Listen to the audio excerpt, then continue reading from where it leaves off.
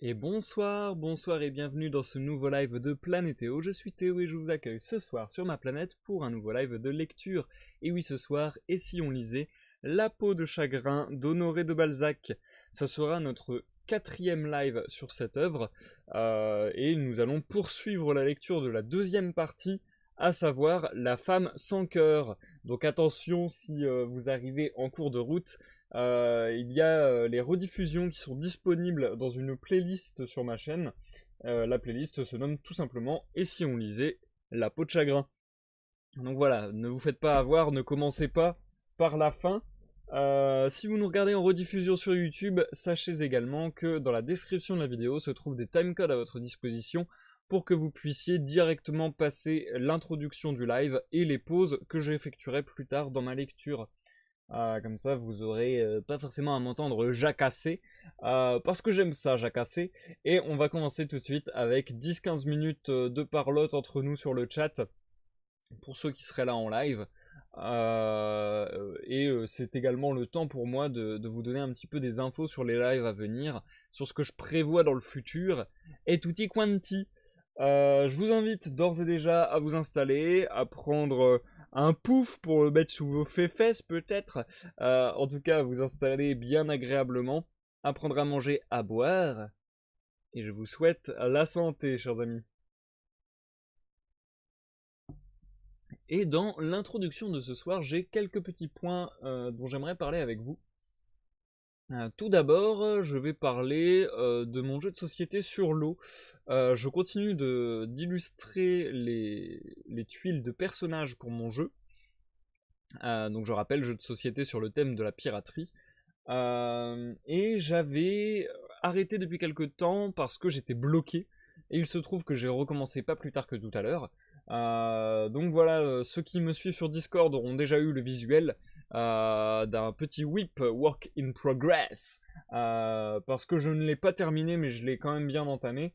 Je suis en train donc de taffer l'illustration de Sir Francis Drake, un navigateur, grand corsaire, qui a gagné de nombreuses guerres navales et qui a surtout fait la circumnavigation, c'est-à-dire le tour de la Terre par les eaux. Donc personnage assez intéressant, personnage historique, que du coup je m'amuse à pas caricaturer, mais disons à dépeindre à ma manière en illustration pour mon jeu de société. Sinon, sur mes autres projets, vous savez que j'essaie d'enregistrer un album en ce moment. Je pense que je vais bientôt avoir une démo disponible. Je vous en ai déjà parlé dans les lives passés. Je pense mettre une nouvelle chanson avant la fin du mois. Je pense, plus le temps passe, que je mettrai en effet une démo à la fin du mois, mais pas la chanson définitive. Donc voilà, une démo pour la chanson Listen, je pense que ça sera son titre. Et il me reste plus que la batterie à enregistrer. Je suis en train de bien la taffer en ce moment et de la composer tout simplement parce qu'elle n'est pas entièrement composée encore. Donc je suis en train de la taffer, de voir ce qui rendrait le mieux avec le morceau et ainsi de suite avant de me mettre à l'enregistrer. Mais ça devrait arriver, je pense, assez prochainement. D'ailleurs, je vais continuer à parler de musique puisque en ce moment ça me motive plus que tout, j'ai envie de dire. Ça fait un petit peu locomotive pour tout le reste de mes projets, dans le sens où ça me donne de la motivation et ça engrange suffisamment de motivation en moi pour que je m'investisse aussi dans mes projets annexes. C'est peut-être bizarre comme fonctionnement, c'est peut-être que moi qui fonctionne comme ça, mais je sais que en général je fais plein de choses en même temps et que euh, d'être motivé dans un domaine me motive sur tous les autres. J'aime bien avancer tout en même temps. Ce qui fait aussi que malheureusement souvent je m'arrête ou je me bloque ou je mets en pause tout en même temps. Mais, euh, mais en ce moment, ouais, j'avais eu un petit coup de mou, un petit coup de baisse. Il y a quelques jours, j'étais même assez déprimé, je dois l'avouer. Et là, c'est en train de remonter. Je me suis motivé avec des bonnes vieilles méthodes. J'ai regardé un film avec Jim Carrey, ça m'a remonté le moral comme jamais. J'ai regardé un making-of de l'album Medulla de Björk. Et ça, pareil, ça m'a subjugué de voir cette personne travailler et expliquer son travail en musique. J'ai trouvé ça fascinant et ça m'a Ça m'a encore ajouté du charbon de motivation dans ma locomotive, si on peut filer la métaphore. Et du coup, en ce moment, je retravaille beaucoup la musique. Et il n'y a pas plus tard que 2 jours, j'ai eu le bonheur de me rendre compte qu'enfin, j'arrivais à chanter sur la guitare. Alors, chanter tout seul, c'est déjà quelque chose. Faire de la guitare tout seul, c'est déjà quelque chose. Mais alors, faire les deux ensemble, c'est très compliqué. Et vous savez, je vous en parle depuis très longtemps. J'aimerais un jour faire des mini-concerts en live. Et la setlist, ou la playlist, comme vous voulez, pour ce premier mini-concert est déjà sauvegardée depuis très longtemps. Je la travaille depuis très longtemps. Il y a 10 chansons dans cette playlist. Je dirais que ces derniers jours, j'ai réussi à faire 3 chansons parfaitement. Qu'est-ce que j'entends par parfaitement? C'est-à-dire que j'ai réussi à jouer la guitare et à chanter, et que jamais je n'ai à m'arrêter pour me dire ah ok là c'est telle parole sur tel truc, ou à me dire ah là je me suis trompé, il faut que je revienne. Donc voilà, il y a 3 chansons que j'ai fait parfaitement, dans le sens j'ai réussi à maintenir toute la chanson en rythme à la guitare et à chanter juste au-dessus. Il y a ensuite 2 3 chansons, voire 4, où ça passait. C'est-à-dire que j'ai eu quelques accros, quelques fois où j'ai dû reprendre une note, ou m'arrêter 2 secondes pour me dire ah oui, la prochaine phrase c'est ça. Et le reste, donc on va tabler sur une petite moitié, enfin une moitié en fait. La moitié des chansons où je l'ai pas encore pour le coup, où c'est vraiment très compliqué. Enfin, pas très compliqué, ou quand même ça s'est mieux passé que les dernières fois où j'avais essayé, et c'est pour ça que j'en suis content, et c'est pour ça que je vous en parle, parce qu'il y a de l'amélioration. Mais il y a notamment une chanson qui me fait hyper douiller. Il y a une chanson sur les 10, ça fait pas mal de temps que je me demande si je vais pas la switcher avec une autre chanson qui serait plus simple. Et là, ces derniers jours, elle me fait vraiment, vraiment galérer. Euh, et je me tâte encore à la remplacer, et en même temps, je me dis, non, faut que ça soit un exercice, faut que tu t'en serves malgré la difficulté pour te donner à fond et step up en guitare et en chant. Donc c'est pour ça que je la conserve au final dans ma playlist, et que je préfère prendre plus de temps à faire ce live de mini-concert, mais m'investir plus et prendre mon temps pour justement réussir à passer ce cap, que de changer et de remplacer la chanson. Malgré tout, je la remplacerai peut-être si ça continue à traîner trop longtemps, parce que c'est vrai que j'ai vraiment envie de faire ce live de mini-concert et que ça fait déjà longtemps que j'en parle. Donc quitte peut-être à faire passer cette chanson pour un autre live de concert ultérieur. Mais ouais, c'est vrai que en tout cas, il y a de l'amélioration là-dessus. Et je voulais vous en parler parce que c'est vrai que ça fait plus d'1 an que je vous en parle. Et sachez que ça avance, sachez que j'ai toujours cette idée en tête, et sachez que j'ai de grands projets pour ces mini-concerts. J'espère en faire beaucoup. Faut juste que je me mette en place et que j'arrive à le faire, je pense, une première fois, pour qu'ensuite je prenne le train, je prenne le rythme, je prenne la routine, et que ça s'installe plus régulièrement et plus facilement. Voilà, voilou, c'était une petite longue parenthèse. Tandis que j'accueille avec plaisir Princess Crow. Alors je suppose que tu ne restes pas vu ton message. En tout cas, merci pour ton message, merci d'être passé faire coucou. Ça fait extrêmement plaisir, et je te souhaite de passer une bonne soirée. Et du coup, oui, j'avais une dernière chose à enfin, j'avais une dernière chose dont je voulais vous entretenir dans cette intro de live. Ça serait un live en rapport au live de lecture, mais un live tout particulier. Puisque, juste avant ce live, pour tout vous dire, j'étais en train de parler avec mon père, et je lui faisais un petit peu la... en fait, on avait une discussion sur qu'est-ce que je pourrais lire ensuite. Parce que j'ai déjà lu pas mal de choses en live de lecture, qu'il y a des choses que j'aimerais lire mais que je ne peux pas lire parce que ce n'est pas tombé dans le domaine public. Bref, ça commence à devenir dur de trouver des choses, et à force d'en discuter, je trouve des noms, mais je suis toujours pas sûr, je suis toujours pas fixé, je ne sais pas toujours exactement sur quelle lecture je vais embrayer ensuite, etc., etc. Et en plus, bon, ça c'est un détail, mais en plus, faut avouer que c'est aussi un coût pour moi d'acheter tous ces livres pour les lives. Donc, il faut que je sois sûr de moi, entre guillemets, avant d'acheter les bouquins. Parce que par exemple, j'avais acheté Le Rouge et le Noir de Stendhal pour le faire en live, mais il n'y a aucun chapitre, aucune partie, donc ça risque d'être un peu compliqué à faire en live. Quoique La Peau de Chagrin, vous me direz, il n'y a pas de chapitre et on le fait bien. Donc peut-être un jour, je ne sais pas. Mais ouais, c'est compliqué et j'ai peur de me tromper de texte, on va dire. Et j'ai pas les moyens d'acheter des bouquins pour ne pas les lire.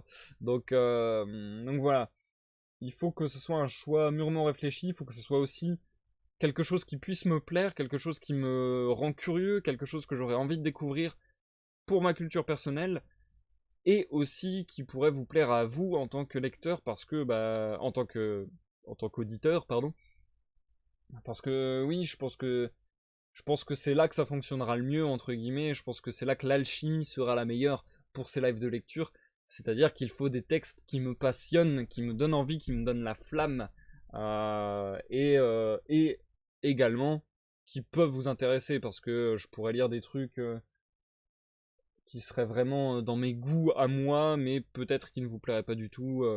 Euh, Là, j'avoue que j'ai pas d'exemple là comme ça en tête, mais bon.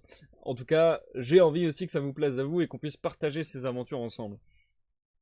Donc, que résulte-t-il de cette discussion et d'autres discussions que j'ai déjà eues par le passé? Vous le savez, je vous demande souvent des suggestions de textes en intro. Et bien, c'est très simple. J'en avais parlé il y a pas longtemps sur mon Discord, je crois. Je pense qu'on va faire un live exclusif à la recherche des prochains textes à lire. Ça sera, je sais pas quand, je ne sais pas si ce sera dans un temps court ou dans un temps long. Je pense que ça sera relativement bientôt. Je sais pas si ça sera un live d'après-midi fait à l'arrache ou un live organisé, prévu à l'avance, un soir habituel, je ne sais pas trop. En tout cas, j'en parlerai sur le Discord. Je pense que je vais d'ailleurs prendre la décision, pardon, grâce au Discord, puisque sur le Discord, a priori, c'est des gens qui vraiment kiffent les lives de lecture. Donc je pense que prendre la décision avec eux pour qu'ils puissent être là au live et bah, m'aider dans mes recherches de lecture sera la meilleure décision. Donc voilà. Je pense que je prendrai la décision avec Discord, mais je vous en entretiens déjà en avance. Si vous avez des envies particulières ou même des suggestions ou quoi que ce soit, vous pouvez déjà commenter sur la vidéo sur YouTube bah, de ce live. Sinon, bah, je vous tiens au courant, ça devrait arriver soon. Soon, soon. Voili voilou. Je pense avoir fait le tour de tout ce que j'avais à dire cette fois-ci. Je pense donc qu'on va pouvoir se plonger dans ce qui nous intéresse ce soir, à savoir la lecture de La Peau de Chagrin. Nous étions en plein milieu d'une partie, je le répète. Malheureusement, il n'y a pas de chapitre dans ce roman, donc je m'arrête un peu comme je peux. Donc là, je m'étais arrêté en plein milieu de la partie La femme sans cœur. Et dans cette partie, jusqu'à présent, on a vu donc Raphaël, notre personnage principal, en train de déclamer un long monologue quasiment. Parfois, Émile lui répond, mais c'est très très rare. En général, c'est un monologue de Raphaël. Et du coup, qui raconte un petit peu au final sa vie. Et c'est assez intéressant parce que du coup, on arrive à mieux cerner le personnage, à mieux comprendre sa psychologie. Et il veut, au final, en tout cas, c'est ce qu'il nous dit, nous expliquer comment il en est venu à ses envies de suicide qu'on a vues au début du roman. Donc voilà, ça va poursuivre. Là, il était en train de nous parler d'une femme qu'il avait découvert depuis peu de temps, qui s'appelait Fedora. Et nous allons en apprendre davantage sur cette aventure avec Fedora. Je pense que j'ai donné suffisamment de contexte pour qu'on puisse se lancer. Comme la dernière fois, vu que c'est une suite, je vais reprendre un petit peu de texte que j'ai déjà lu la dernière fois pour rattacher les wagons, quoi. Sinon, je pense que je vais partir pour une vingtaine de pages, donc au moins une bonne trentaine de minutes de lecture. Ouais, ça sera ça. Et je ferai une pause du coup après ce temps-là. Sachant que, encore une fois, je vais devoir couper en plein milieu de la partie parce que ce soir, on n'arrivera pas à la fin de cette deuxième partie. Il va nous falloir encore le live de vendredi pour arriver à bout de La Femme sans cœur. Voilà, je pense avoir fait vraiment le tour cette fois-ci. Et on va pouvoir se lancer. Je vous souhaite à tous une bonne écoute. Bonne écoute Princess Crow si tu es toujours parmi nous sur le chat. Bonne écoute à tous ceux dans l'ombre et à ceux qui nous regardent en rediffusion. Et je vous dis à tout à l'heure pour la pause.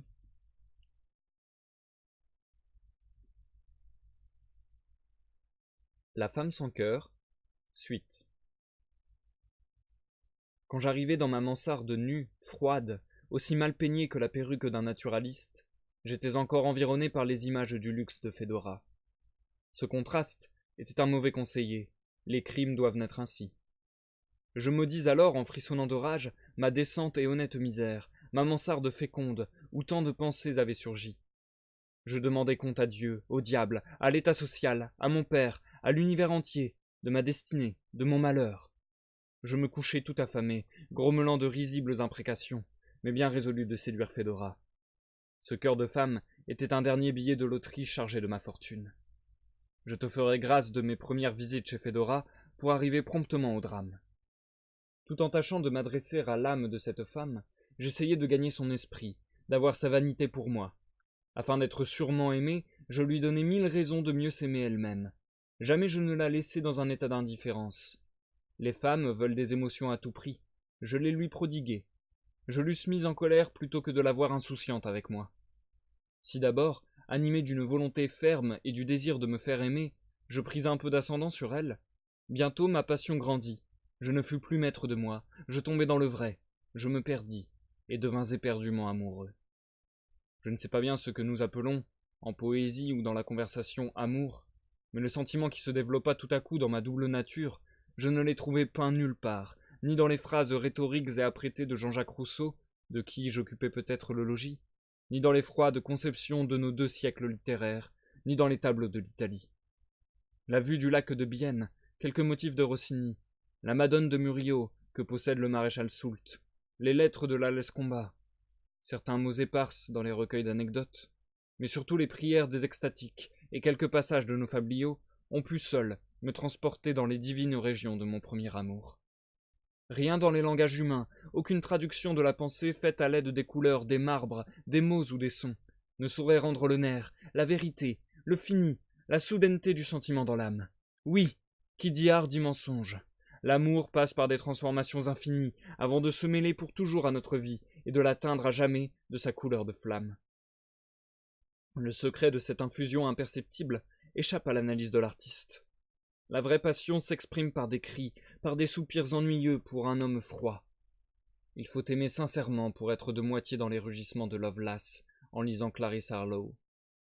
L'amour est une source naïve, partie de son lit de cresson, de fleurs, de gravier, qui rivière, qui fleuve, change de nature et d'aspect à chaque flot, et se jette dans un incommensurable océan où les esprits incomplets voient la monotonie, où les grandes âmes s'abîment en de perpétuelles contemplations. Comment oser décrire ces teintes transitoires du sentiment, ces riens qui ont tant de prix, ces mots dont l'accent épuise les trésors du langage, ces regards plus féconds que les plus riches poèmes. Dans chacune des scènes mystiques par lesquelles nous nous éprenons insensiblement d'une femme, s'ouvre un abîme à engloutir toutes les poésies humaines. Et comment pourrions-nous reproduire par des gloses les vives et mystérieuses agitations de l'âme, quand les paroles nous manquent pour peindre les mystères visibles de la beauté? Quelle fascination! Combien d'heures ne suis-je pas resté plongé dans une extase ineffable, occupé à la voir? Heureux de quoi? Je ne sais. Dans ces moments, si son visage était inondé de lumière, il s'y opérait je ne sais quel phénomène qui le faisait resplendir. L'imperceptible duvet qui dore sa peau délicate et fine en dessinait mollement les contours avec la grâce que nous admirons dans les lignes lointaines de l'horizon, quand elles se perdent dans le soleil. Il semblait que le jour la caressât en s'unissant à elle, ou qu'il s'échappât de sa rayonnante figure une lumière plus vive que la lumière même. Puis une ombre, passant sur cette douce figure, y produisait une sorte de couleur qui en variait les expressions en changeant les teintes. Souvent, une pensée semblait se peindre sur son front de marbre, son œil paraissait rougir, sa paupière vaciller, ses traits ondulés agités par un sourire. Le corail intelligent de ses lèvres s'animait, se dépliait, se repliait. Je ne sais quel reflet de ses cheveux jetait des tons bruns sur ses tempes fraîches. À chaque accident, elle avait parlé. Chaque nuance de beauté donnait des fêtes nouvelles à mes yeux, révélait des grâces inconnues à mon cœur. Je voulais lire un sentiment, un espoir dans toutes ces phases du visage. Ses discours muets pénétraient d'âme à âme comme un son dans l'écho, et me prodiguaient des joies passagères qui me laissaient des impressions profondes. Sa voix me causait un délire que j'avais peine à comprimer. Imitant je ne sais quel prince de Lorraine, j'aurais pu ne pas sentir un charbon ardent au creux de ma main pendant qu'elle aurait passé dans ma chevelure ses doigts chatouilleux. Ce n'était plus une admiration, un désir, mais un charme, une fatalité. Souvent, rentré sous mon toit, je voyais indistinctement Fédora chez elle et participais vaguement à sa vie. Si elle souffrait, je souffrais, et je lui disais le lendemain « Vous avez souffert ?» Combien de fois n'est-elle pas venue au milieu des silences de la nuit, évoquée par la puissance de mon extase? Tantôt, soudaine comme une lumière qui jaillit, elle abattait ma plume, elle effarouchait la science et l'étude qui s'enfuyaient désolée. Elle me forçait à l'admirer en reprenant la pose attrayante où je l'avais vue naguère. Tantôt, j'allais moi-même au-devant d'elle, dans le monde des apparitions, et la saluais comme une espérance en lui demandant de me faire entendre sa voix argentine. Puis je me réveillais en pleurant. Un jour, après m'avoir promis de venir au spectacle avec moi, tout à coup elle refusa capricieusement de sortir, et me pria de la laisser seule. Désespéré d'une contradiction qui me coûtait une journée de travail, et le dirais-je, mon dernier écu, je me rendis là où elle aurait dû être, voulant voir la pièce qu'elle avait désiré voir. À peine placé, je reçus un coup électrique dans le cœur. Une voix me dit « Elle est là !»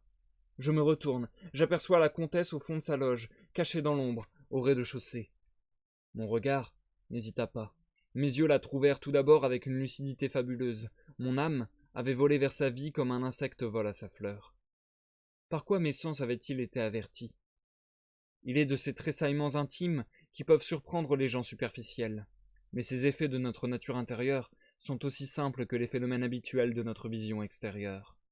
Aussi, ne fus-je pas étonné, mais fâché. Mes études sur notre puissance morale, si peu connues, servaient au moins à me faire rencontrer dans ma passion quelques preuves vivantes de mon système.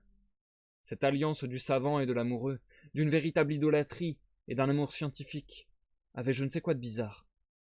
La science était souvent contente de ce qui désespérait l'amant, et quand il croyait triompher, l'amant chassait loin de lui la science avec bonheur.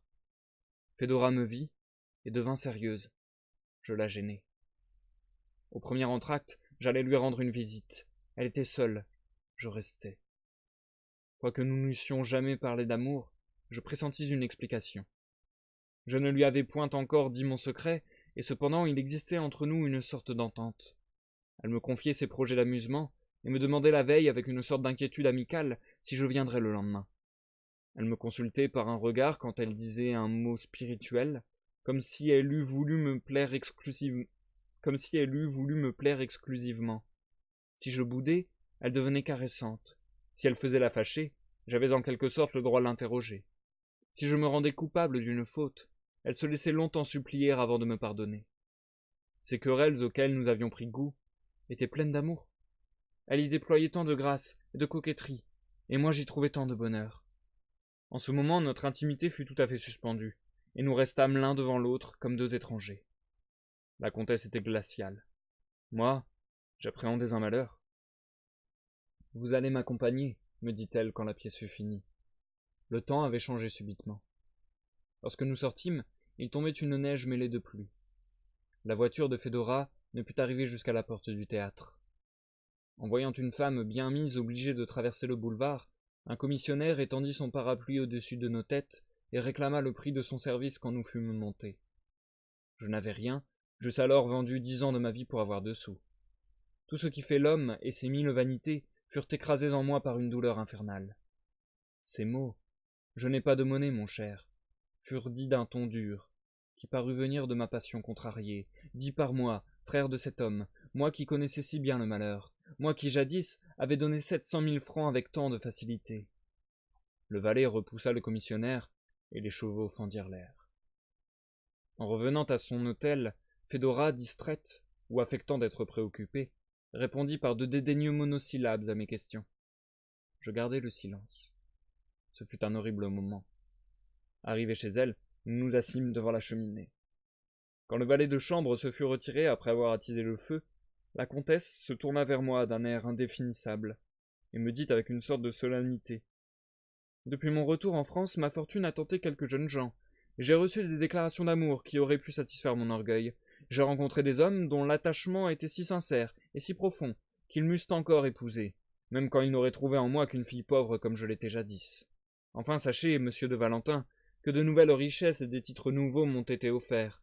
Mais apprenez aussi que je n'ai jamais revu les personnes assez mal inspirées pour me parler d'amour. Si mon affection pour vous était légère, je ne vous donnerais pas un avertissement dans lequel il entre plus d'amitié que d'orgueil. Une femme s'expose à recevoir une sorte d'affront lorsque, en se supposant aimée, elle se refuse par avance à un sentiment toujours flatteur. Je connais les scènes d'Arsinoé, d'Araminte. Ainsi je me suis familiarisé avec les réponses que je puis entendre en pareilles circonstances. Mais j'espère aujourd'hui ne pas être mal jugé par un homme supérieur pour lui avoir montré franchement mon âme. Elle s'exprimait avec le sang-froid d'un avoué, d'un notaire, expliquant à leurs clients les moyens d'un procès ou les articles d'un contrat. Le timbre clair et séducteur de sa voix n'accusait pas la moindre émotion. Seulement sa figure et son maintien, toujours nobles et décents, me semblèrent avoir une froideur, une sécheresse diplomatique. Elle avait sans doute médité ses paroles et fait le programme de cette scène. Oh, mon cher ami, quand certaines femmes trouvent du plaisir à nous déchirer le cœur, quand elles se sont promis d'y enfoncer un poignard et de le retourner dans la plaie, ces femmes-là sont adorables. Elles aiment ou veulent être aimées. Un jour, elles nous récompenseront de nos douleurs, comme Dieu doit, dit-on, rémunérer nos bonnes œuvres. Elles nous rendront en plaisir le centuple du mal dont la violence est appréciée par elles. Leur méchanceté n'est-elle pas pleine de passion? Mais être torturé par une femme qui nous tue avec indifférence, n'est-ce pas un atroce supplice?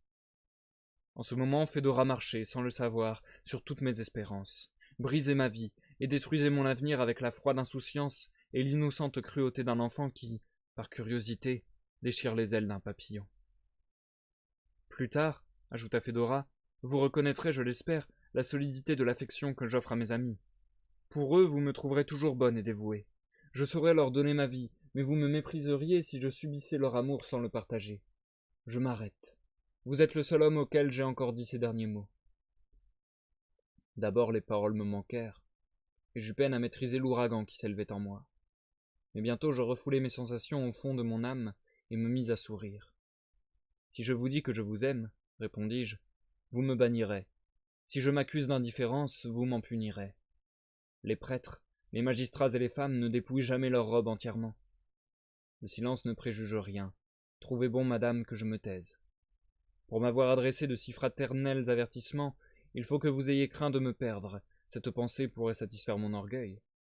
Mais laissons la personnalité loin de nous. Vous êtes peut-être la seule femme avec laquelle je puisse discuter en philosophe une résolution si contraire aux lois de la nature. Relativement aux autres sujets de votre espèce, vous êtes un phénomène. Eh bien, cherchons ensemble, de bonne foi, la cause de cette anomalie psychologique. Existe-t-il en vous, comme chez beaucoup de femmes fières d'elles-mêmes, amoureuses de leur perfection, un sentiment d'égoïsme raffiné, qui vous fasse prendre en horreur l'idée d'appartenir à un homme, d'abdiquer votre gloire et d'être soumise à une supériorité de convention qui vous offense? Vous me sembleriez 1000 fois plus belle. Auriez-vous été maltraitée une première fois par l'amour? Peut-être le prix que vous devez attacher à l'élégance de votre taille, à votre délicieux corsage, vous fait-il craindre les dégâts de la maternité? Ne serait-ce pas une de vos meilleures raisons secrètes pour vous refuser à être trop bien aimé? Trop bien aimé? Avez-vous des imperfections qui vous rendent vertueuse malgré vous? Ne vous fâchez pas, je discute, j'étudie, je suis à milieu de la passion. La nature qui fait des aveugles de naissance peut bien créer des femmes sourdes, muettes et aveugles en amour. Vraiment, vous êtes un sujet précieux pour l'observation médicale. Vous ne savez pas tout ce que vous valez. Vous pouvez avoir un dégoût fort légitime pour les hommes, je vous approuve, ils me paraissent tous laids et odieux. Mais vous avez raison, ajoutai-je en sentant mon cœur se gonfler. Vous devez nous mépriser. Il n'existe pas d'homme qui soit digne de vous. Je ne te dirai pas tous les sarcasmes que je lui débitai en riant. Eh bien, La parole la plus acérée, l'ironie la plus aiguë, ne lui arrachèrent ni un mouvement ni un geste de dépit. Elle m'écoutait en gardant sur ses lèvres, dans ses yeux, son sourire d'habitude, ce sourire qu'elle prenait comme un vêtement, et toujours le même pour ses amis, pour ses simples connaissances, pour les étrangers. Ne suis-je pas bien bonne de me laisser mettre ainsi sur un amphithéâtre, dit-elle en saisissant un moment pendant lequel je la regardais en silence. Vous le voyez, continua-t-elle en riant, je n'ai pas de sotte susceptibilité en amitié. Beaucoup de femmes puniraient votre impertinence en vous faisant fermer leurs portes. Vous pouvez me bannir de chez vous sans être tenu de donner la raison de vos sévérités. En disant cela, je me sentais prête à la tuer si elle m'avait congédié. Vous êtes fou, s'écria-t-elle en souriant. Avez-vous jamais songé, repris-je, aux effets d'un violent amour? Un homme au désespoir a souvent assassiné sa maîtresse. Il vaut mieux être morte que malheureuse, répondit-elle froidement. Un homme si passionné doit un jour abandonner sa femme et la laisser sur la paille après lui avoir mangé sa fortune. Cette arithmétique m'abasourdit. Je vis clairement un abîme entre cette femme et moi. Nous ne pouvions jamais nous comprendre. Adieu, lui dis-je froidement. Adieu, répondit-elle en inclinant la tête d'un air amical. À demain. Je la regardai pendant un moment, en lui dardant tout l'amour auquel je renonçais. Elle était debout, et me jetait son sourire banal, le détestable sourire d'une statue de marbre, paraissant exprimer l'amour, mais froid. Concevras-tu bien, mon cher, toutes les douleurs qui m'assaillirent en revenant chez moi par la pluie et la neige, en marchant sur le verglas des quais pendant une lieue, ayant tout perdu? Oh, savoir qu'elle ne pensait seulement pas à ma misère et me croyait comme elle, riche et doucement voiturée. Combien de ruines et de déceptions! Il ne s'agissait plus d'argent, mais de toutes les fortunes de mon âme. J'allais au hasard, en discutant avec moi-même les mots de cette étrange conversation. Je m'égarais si bien dans mes commentaires que je finissais par douter de la valeur nominale des paroles et des idées. Et j'aimais toujours. J'aimais cette femme froide dont le cœur voulait être conquis à tout moment, et qui, en effaçant toujours les promesses de la veille, se produisait le lendemain comme une maîtresse nouvelle. En tournant sous les guichets de l'institut, un mouvement fiévreux me saisit. Je me souvins alors que j'étais à jeun. Je ne possédais pas un denier. Pour comble de malheur, la pluie déformait mon chapeau. Comment pouvoir aborder désormais une femme élégante et me présenter dans un salon sans un chapeau mettable? Grâce à des soins extrêmes, et tout en maudissant la mode niaise et sotte qui nous condamne à exhiber la coiffe de nos chapeaux en les gardant constamment à la main, j'avais maintenu le mien jusque-là dans un état douteux. Sans être curieusement neuf ou sèchement vieux, dénué de barbe ou très soyeux, il pouvait passer pour le chapeau d'un homme soigneux. Mais son existence artificielle arrivait à son dernier période. Il était blessé, déjeté, fini, véritable haillon, digne représentant de son maître. Faute de 30 sous, je perdais mon industrieuse élégance. Ah, combien de sacrifices ignorés n'avais-je pas faits à Fédora depuis 3 mois? Souvent je consacrais l'argent nécessaire au pain d'une semaine pour aller la voir un moment. Quitter mes travaux et jeûner, ce n'était rien, mais traverser les rues de Paris, sans se laisser éclabousser, courir pour éviter la pluie, arriver chez elle aussi bien mis que les fats qui l'entouraient. Ah, pour un poète amoureux et distrait, cette tâche avait d'innombrables difficultés. Mon bonheur, mon amour, dépendait d'une moucheture de fange sur mon seul gilet blanc. Renoncer à la voir si je me crottais, si je me mouillais, ne pas posséder 5 sous pour faire effacer par un décrotteur la plus légère tache de boue sur ma botte. Ma passion s'était augmentée de tous ces petits supplices inconnus, immenses chez un homme irritable. Les malheureux ont des dévouements desquels il ne leur est point permis de parler aux femmes qui vivent dans une sphère de luxe et d'élégance. Elles voient le monde à travers un prisme qui teinte en or les hommes et les choses. Optimistes par égoïsme, cruelles par bon ton, ces femmes s'exemptent de réfléchir au nom de leur jouissance, et s'absolvent de leur indifférence au malheur par l'entraînement du plaisir. Pour elles, un denier n'est jamais un million, c'est le million qui leur semble être un denier. Si l'amour doit plaider sa cause par de grands sacrifices, il doit aussi les couvrir délicatement d'un voile, les ensevelir dans le silence. Mais, en prodiguant leur fortune et leur vie, en se dévouant, les hommes riches profitent des préjugés mondains qui donnent toujours un certain éclat à leurs amoureuses folies. Pour eux, le silence parle et le voile est une grâce, tandis que mon affreuse détresse me condamnait à d'épouvantables souffrances sans qu'il me fût permis de dire « j'aime » ou « je meurs ». Était-ce du dévouement après tout? N'étais-je pas richement récompensé par le plaisir que j'éprouvais à tout immoler pour elle? La comtesse avait donné d'extrêmes valeurs, attaché d'excessives jouissances aux accidents les plus vulgaires de ma vie. Naguère insouciante en fait de toilette, je respectais maintenant mon habit comme un autre moi-même. Entre une blessure à recevoir et la déchirure de mon frac, je n'aurais pas hésité. Tu dois alors épouser ma situation et comprendre les rages de pensée, la frénésie croissante qui m'agitait en marchant, et que peut-être la marche animait encore. J'éprouvais je ne sais quelle joie infernale à me trouver au fait du malheur. Je voulais voir un présage de fortune dans cette dernière crise, mais le mal a des trésors sans fond. La porte de mon hôtel était entr'ouverte. À travers les découpures en forme de cœur pratiquées dans le volet, j'aperçus une lumière projetée dans la rue. Pauline et sa mère causaient en m'attendant. J'entendis prononcer mon nom. J'écoutai. Raphaël, disait Pauline, est bien mieux que l'étudiant du numéro 7. Ses cheveux blonds sont d'une si jolie couleur. Ne trouves-tu pas quelque chose dans sa voix? Je ne sais, mais quelque chose qui vous remue le cœur? Et puis, quoiqu'il ait un peu l'air fier, il est si bon. Il a des manières si distinguées. Oh, il est vraiment très bien. Je suis sûre que toutes les femmes doivent être folles de lui. Tu en parles comme si tu l'aimais, reprit madame Gaudin. Oh, je l'aime comme un frère, répondit-elle en riant. Je serais joliment ingrate si je n'avais pas de l'amitié pour lui. Ne m'a-t-il pas appris la musique, le dessin, la grammaire, enfin tout ce que je sais? Tu ne fais pas grand attention à mes progrès, ma bonne mère, mais je deviens si instruite que dans quelque temps je serai assez forte pour donner des leçons, et alors nous pourrons avoir un domestique. Je me retirai doucement, et après avoir fait quelque bruit, j'entrai dans la salle pour y prendre ma lampe que Pauline voulut allumer. La pauvre enfant venait de jeter un baume délicieux sur mes plaies. Ce naïf éloge de ma personne me rendit un peu de courage. J'avais besoin de croire en moi-même et de recueillir un jugement impartial sur la véritable valeur de mes avantages. Mes espérances, ainsi ranimées, se reflétèrent peut-être sur les choses que je voyais. Peut-être aussi n'avais-je point encore bien sérieusement examiné la scène assez souvent offerte à mes regards par ces deux femmes au milieu de cette salle. Mais alors, j'admirais dans sa réalité le plus délicieux tableau de cette nature modeste si naïvement reproduite par les peintres flamands. La mère, assise au coin d'un foyer à demi éteint, tricotait des bas et laissait terrer sur ses lèvres un bon sourire. Pauline coloriait des écrans. Ses couleurs, ses pinceaux étalés sur une petite table parlaient aux yeux par de piquants effets. Mais ayant quitté sa place et se tenant debout pour allumer ma lampe, sa blanche figure en recevait toute la lumière. Il fallait être subjugué par une bien terrible passion pour ne pas admirer ses mains transparentes et roses, l'idéal de sa tête et sa virginale attitude. La nuit et le silence prêtaient leur charme à cette laborieuse veillée, à ce paisible intérieur. Ces travaux continus et gaiement supportés attestaient une résignation religieuse pleine de sentiments élevés. Une indéfinissable harmonie existait là entre les choses et les personnes.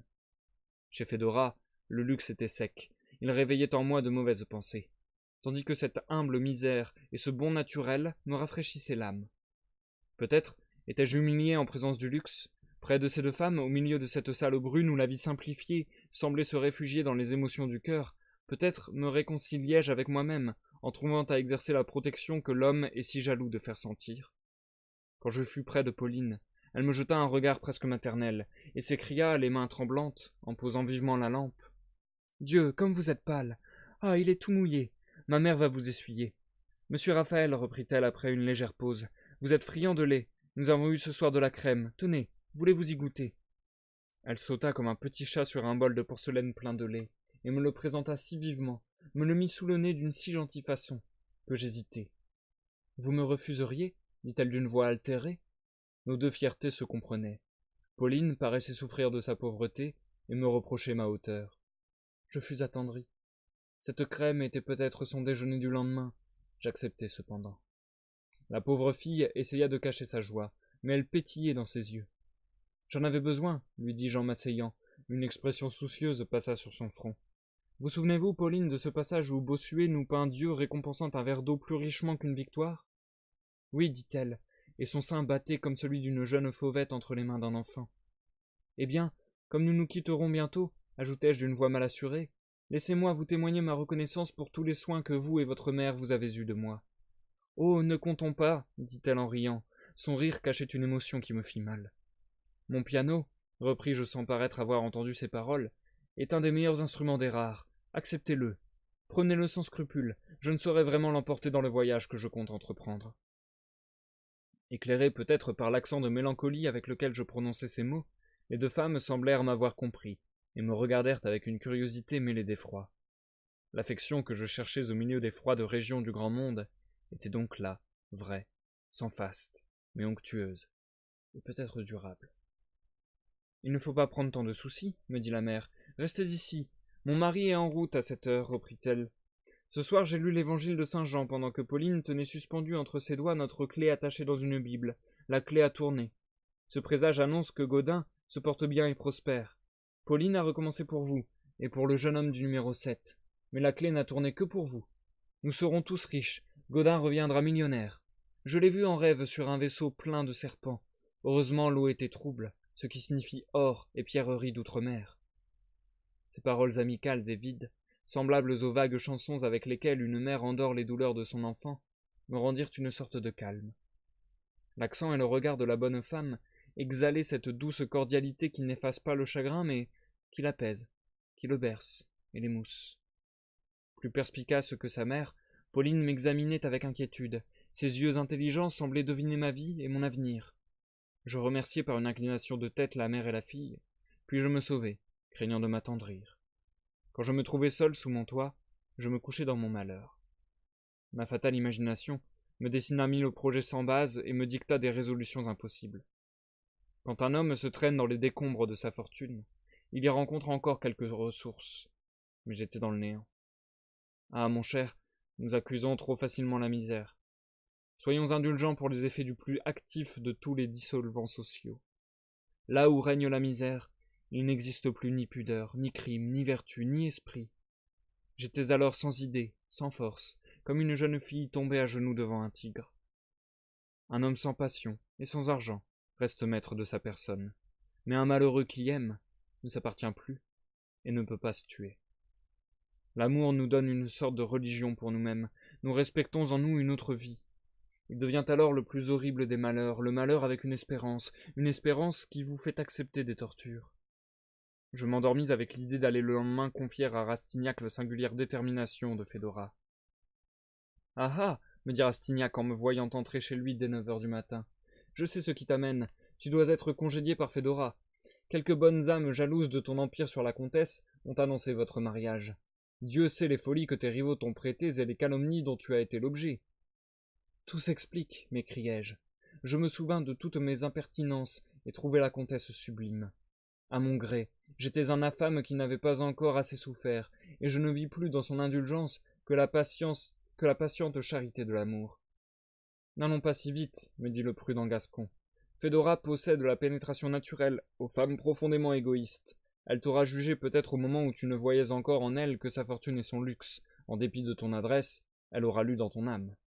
Elle est assez dissimulée pour qu'aucune dissimulation ne trouve grâce devant elle. Je crois, ajouta-t-il, t'avoir mis dans une mauvaise voie. Malgré la finesse de son esprit et de ses manières, cette créature me semble impérieuse, comme toutes les femmes qui ne prennent de plaisir que par la tête. Pour elle, le bonheur gît tout entier dans le bien-être de la vie, dans les jouissances sociales. Chez elle, le sentiment est un rôle. Elle te rendrait malheureux, et ferait de toi son premier valet. Rastignac parlait à un sourd. Je l'interrompis, en lui exposant avec une apparente gaieté ma situation financière. Hier au soir, me répondit-il, une veine contraire m'a emporté tout l'argent dont je pouvais disposer. Sans cette vulgaire infortune, j'eusse partagé volontiers ma bourse avec toi. Mais allons déjeuner au cabaret. Les huîtres nous donneront peut-être un bon conseil.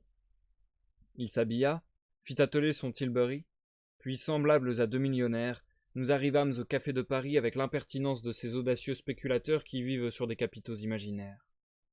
Ce diable de Gascon me confondait par l'aisance de ses manières et par son aplomb imperturbable. Au moment où nous prenions le café, après avoir fini un repas fort délicat et très bien entendu, Rastignac, qui distribuait des coups de tête à une foule de jeunes gens également recommandables par les grâces de leur personne et par l'élégance de leur mise, me dit en voyant entrer un de ces dandys, « Voici ton affaire. » Et il fit signe à un gentilhomme bien cravaté, qui semblait chercher une table à sa convenance, de venir lui parler. Ce gaillard-là, me dit Rastignac à l'oreille, est décoré pour avoir publié des ouvrages qu'il ne comprend pas. Il est chimiste, historien, romancier, publiciste. Il possède des quarts, des tiers, des moitiés, dans je ne sais combien de pièces de théâtre, et il est ignorant comme la mule de Don Miguel. Ce n'est pas un homme, c'est un nom, une étiquette familière au public. Aussi se garderait-il bien d'entrer dans ces cabinets sur lesquels il y a cette inscription. Ici l'on peut écrire soi-même. Il est fin à jouer tout un congrès. En 2 mots, c'est un métis en morale, ni tout à fait probe, ni complètement fripon. Mais chut, il s'est déjà battu. Le monde n'en demande pas davantage. Et dit de lui, c'est un homme honorable. Eh bien, mon excellent ami, mon honorable ami, comment se porte votre intelligence lui dit Rastignac au moment où l'inconnu s'assit à la table voisine. Mais ni bien ni mal, je suis accablé de travail.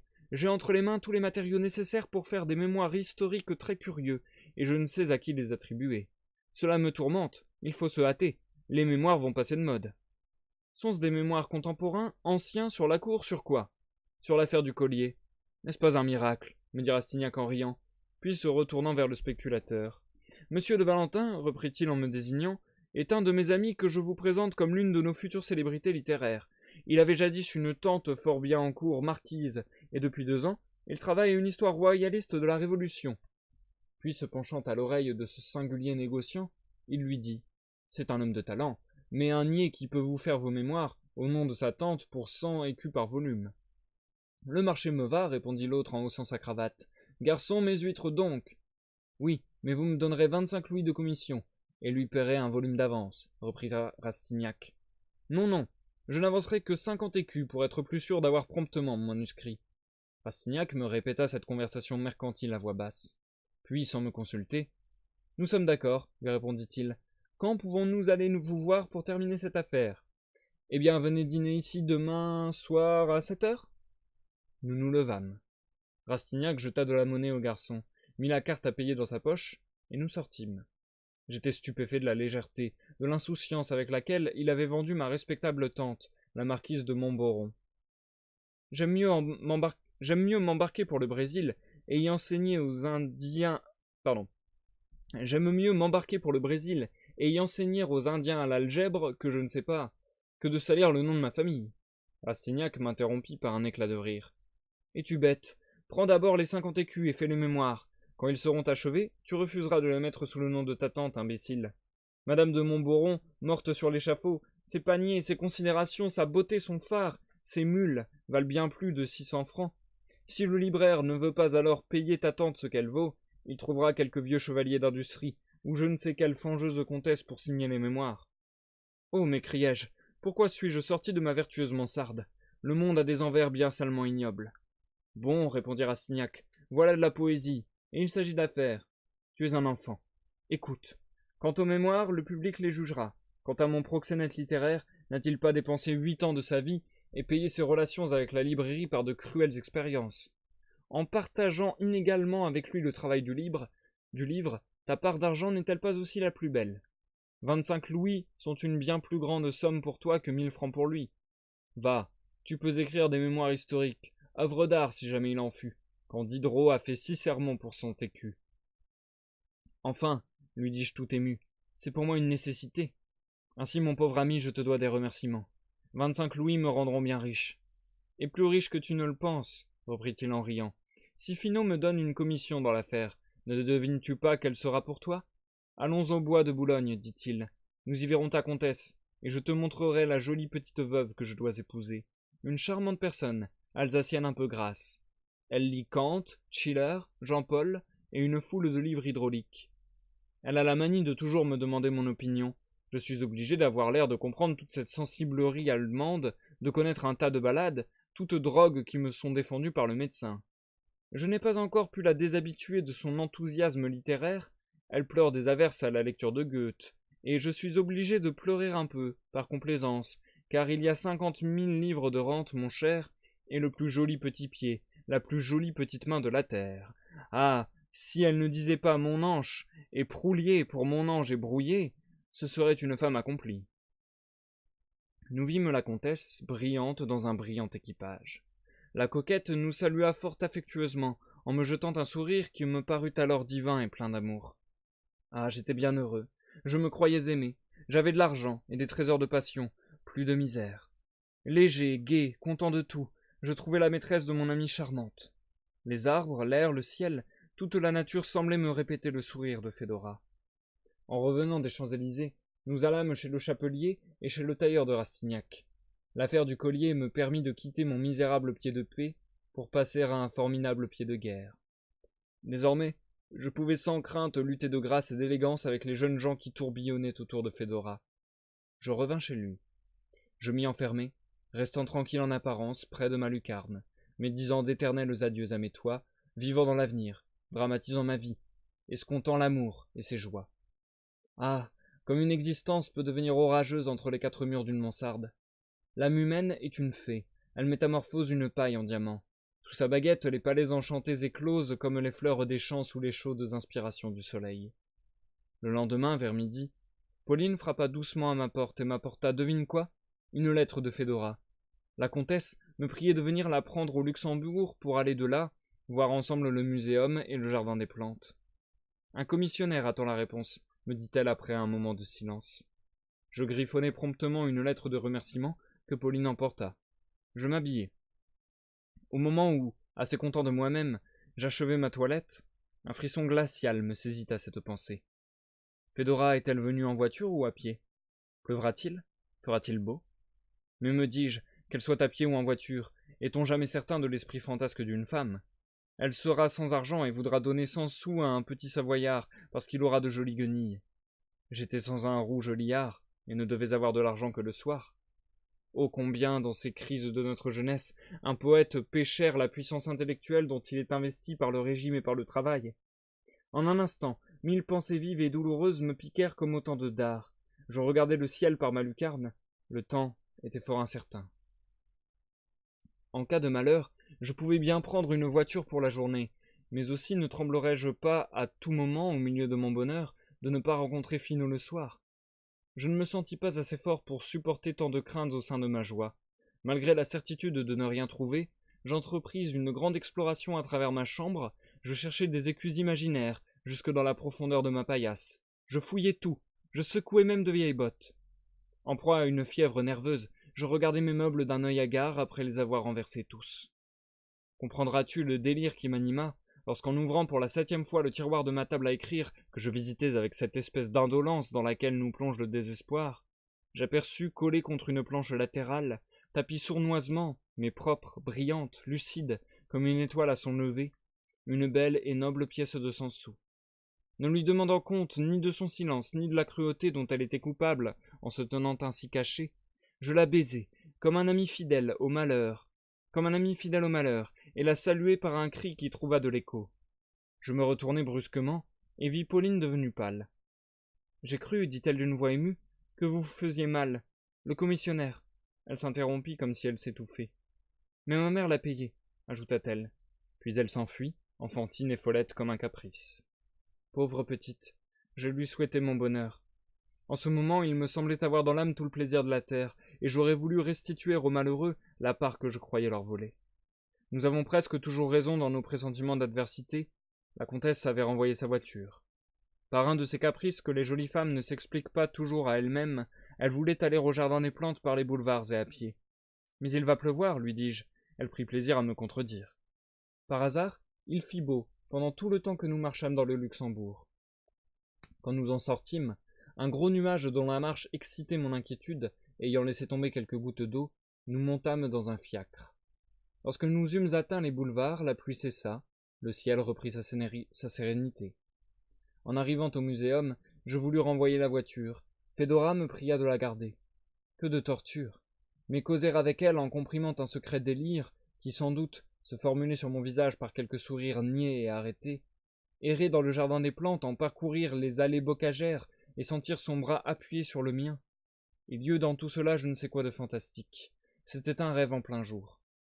Cependant, ces mouvements, soit en marchant, soit en nous arrêtant, n'avaient rien de doux ni d'amoureux, malgré leur apparente volupté. Quand je cherchais à m'associer en quelque sorte à l'action de sa vie, je rencontrais en elle une intime et secrète vivacité, je ne sais quoi de saccadé, d'excentrique. Les femmes sans âme n'ont rien de moelleux dans leurs gestes. Aussi, n'étions-nous unis ni par une même volonté, ni par un même pas. Il n'existe point de mots pour rendre ce désaccord matériel de deux êtres, car nous ne sommes pas encore habitués à reconnaître une pensée dans le mouvement. Ce phénomène, de notre nature, se sent instinctivement. Il ne s'exprime pas.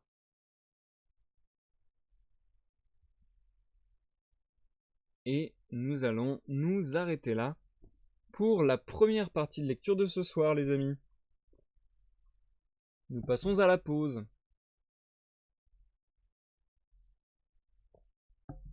Je ne sais pas si tu es toujours là, mais bonsoir Sulomix. Et si tu es toujours parmi nous, bienvenue sur ce live. J'espère que ça va bien pour toi. Ça fait quelque temps qu'on ne s'est pas croisés. Et ça me fait plaisir que tu sois venu faire un petit coucou, peu importe que tu sois toujours là ou non. J'espère que la lecture vous plaît. Personnellement, elle continue à bien me plaire, et c'est vrai que j'ai un peu de mal à l'expliquer. Je pense tout simplement que le style de Balzac me sied bien. Je le trouve assez élégant et en même temps très digeste. Parce que parfois il y a des textes un peu classiques qui sont écrits avec un style vraiment empoulé, on va dire. Et c'est trop. Là, je trouve que c'est vraiment très digeste, que ça passe très très bien. Que c'est fluide en fait. Et du coup, je dévore cette lecture sans même m'en rendre compte. C'est-à-dire que je trouve que le temps passe vite pendant que je lis là. Et franchement, je la trouve méga cool alors qu'il se passe pas énormément d'événements, il se passe pas beaucoup de choses. On est beaucoup sur la psychologie du personnage de Raphaël. Et mais je trouve ça très très intéressant. Euh, on a toujours du coup cette espèce de récit cadre, puisque on a le récit dans le récit, c'est-à-dire que là, depuis le début de la partie, La femme sans cœur, c'est un petit peu Raphaël qui a pris le rôle de narrateur à la place du narrateur. Et du coup, qui continue de nous parler de son passé et de ses relations avec Fedora. Et je trouve que c'est très intéressant, justement, cette manière qui. Parce que du coup, il est en train de parler avec Émile, même si on l'a pas entendu depuis tout à l'heure. Et du coup, c'est marrant parce que le fait de s'imaginer qu'il dialogue avec quelqu'un rend sa pensée beaucoup plus intelligible, je trouve. Ça donne de la force à ce qu'il dit et du corps à ce qu'il dit. On arrive mieux à percevoir ce qu'il pense, on arrive mieux à suivre le fil de ses pensées justement et où il va. Je trouve que c'est très bien construit, je trouve que c'est très fluide. Je trouve que les réflexions quasi philosophiques du personnage sont très très intéressantes sur le malheur, sur la presque honte de ne pas avoir les moyens au final, hein, l'espèce de honte de se dire euh, tout en se disant je sais que je suis un type bien, cette honte de se dire ouais mais j'ai pas de quoi tenir le coup face à cette femme, et parce que j'ai honte de ne pas pouvoir lui acheter ceci, cela, j'ai pas son rang entre guillemets, j'ai pas sa fortune, etc. matérielle, et aussi parce que totalement pris d'amour, quoi. D'ailleurs, les mots qu'il a eu pour désigner l'amour fou m'ont bien parlé aussi, enfin je trouve ça très intéressant, ce délire de dire l'amour c'est un petit peu, enfin comment dire, euh, de ne pas forcément parler de l'amour uniquement en des termes élogieux, je trouve ça vachement cool. Que constamment, il nous dit que c'est le bonheur, que c'est un lieu de plaisir, etc. Mais que c'est très très lié à à une perte de soi-même, entre guillemets, à une perte de son identité, de ses vouloirs propres, de ses idées, que c'est lié à la honte, que c'est lié au malheur aussi, facile, puisqu'il suffit d'un mot, de Fedora pour qu'il soit totalement malheureux, soit totalement dans le bonheur, dans l'extase. Donc je trouve qu'il a des mots très justes pour décrire tout ce genre de situation et tout ce genre de relations amoureuses et ce lien. On va pas dire, on va pas dire de soumission, pas m'être soumis, même s'il emploie ces termes-là parfois, Mais ouais, ces liens, en fait, ces rapports de force entre guillemets, euh, je trouve ça intéressant la manière dont il perçoit et dont il décrit ces relations. Bref, je me suis peut-être un peu perdu, je sais pas si c'est hyper clair ce que je viens de dire, mais en tout cas, pour ma part, je trouve que c'est très bien foutu, très bien écrit. Et ce soir, je suis un petit peu seul sur le live. Il y a 2 personnes qui sont passées mais qui ne sont pas restées. Du coup, je pense que je vais poursuivre la lecture sans plus attendre. À savoir que la deuxième partie de lecture de ce soir sera un chouïa plus courte parce que j'essaie de faire une découpe pas logique malheureusement, mais enfin pas logique en termes de sens dans l'histoire, mais logique en termes de ce qu'il nous restera à lire la prochaine fois. Donc là, je vais lire jusqu'à page 162, j'avais dit, je crois. Parce que j'avais regardé ça dans l'après-midi. Ouais, voilà, c'est ça. Alors, attendez. Ouais, il faudra que je trouve le moment propice, mais je vais m'arrêter vers là-bas, de toute façon. Et, et du coup, bah, la dernière lecture sur la deuxième partie aura lieu vendredi, comme je le disais. Donc là, désolé, mais le live, encore une fois, ce soir, va se terminer un petit peu d'un seul coup, sans qu'il y ait une cohérence de sens, quoi.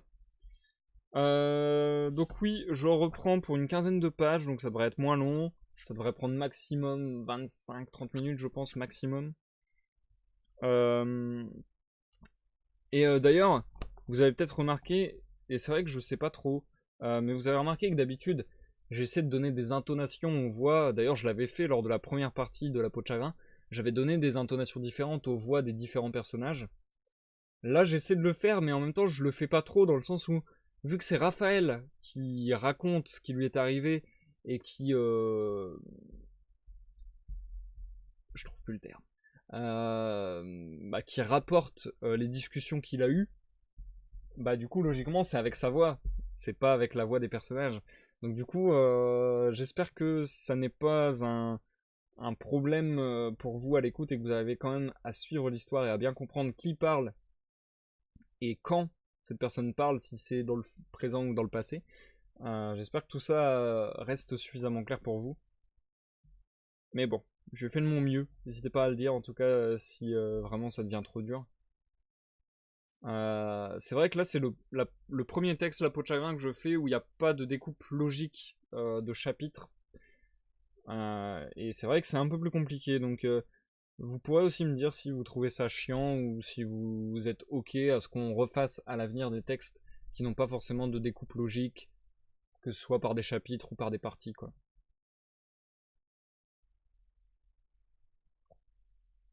J'ai un peu mal à la gorge. Du coup, j'espère que ça va aller pour la suite. J'ai pas mal forcé là sur ma gorge. J'ai pas mal chanté ces derniers jours. Ça va me faire du bien qu'il n'y ait pas de live jusqu'à vendredi après. Je pense que j'en ferai peut-être même pas du tout jusqu'à vendredi. À voir. À voir, à voir. Bref, on est reparti pour la suite de la lecture. Je vous souhaite à tous une bonne écoute à ceux qui nous regardent dans l'ombre et bonne écoute à ceux qui nous regardent en rediffusion sur YouTube. A tout à l'heure pour l'outro du live. La femme sans cœur, suite.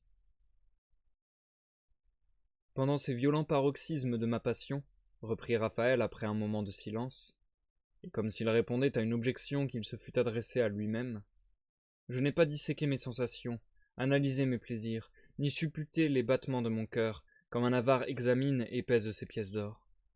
Oh non, l'expérience jette aujourd'hui sa triste lumière sur les événements passés, et le souvenir m'apporte ces images, comme par un beau temps les flots de la mer amènent brin à brin les débris d'un naufrage sur la grève. Vous pouvez me rendre un service assez important, me dit la comtesse en me regardant d'un air confus. Après vous avoir confié mon antipathie pour l'amour, je me sens plus libre en réclamant de vous un bon office au nom de l'amitié. N'aurez-vous pas, reprit-elle en riant, beaucoup plus de mérite à m'obliger aujourd'hui? Je la regardais avec douleur. N'éprouvant rien près de moi, elle était pateline et non pas affectueuse. Elle me paraissait jouer un rôle en actrice consommée. Puis tout à coup son accent, un regard, un mot réveillaient mes espérances. Mais si mon amour ranimé se peignait alors dans mes yeux, elle en soutenait les rayons sans que la clarté des siens s'en altérât, car ils semblaient, comme ceux des tigres, être doublés par une feuille de métal. En ces moments-là, je la détestais. La protection du duc de Navarin, dit-elle en continuant avec des inflexions de voix pleines de câlinerie, me serait très utile auprès d'une personne toute puissante en Russie, et dont l'intervention est nécessaire pour me faire rendre justice dans une affaire qui concerne à la fois ma fortune et mon état dans le monde, la reconnaissance de mon mariage par l'empereur. Le duc de Navarin n'est-il pas votre cousin? Une lettre de lui déciderait tout. Je vous appartiens, lui répondis-je. Ordonnez. Vous êtes bien aimable, reprit-elle en me serrant la main. Venez dîner avec moi, je vous dirai tout comme à un confesseur.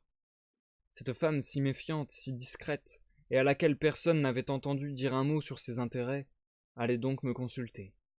Oh, combien j'aime maintenant le silence que vous m'avez imposé, m'écriai-je, mais j'aurais voulu quelque épreuve plus rude encore. En ce moment, elle accueillit l'ivresse de mes regards et ne se refusa point à mon admiration. Elle m'aimait donc. Nous arrivâmes chez elle.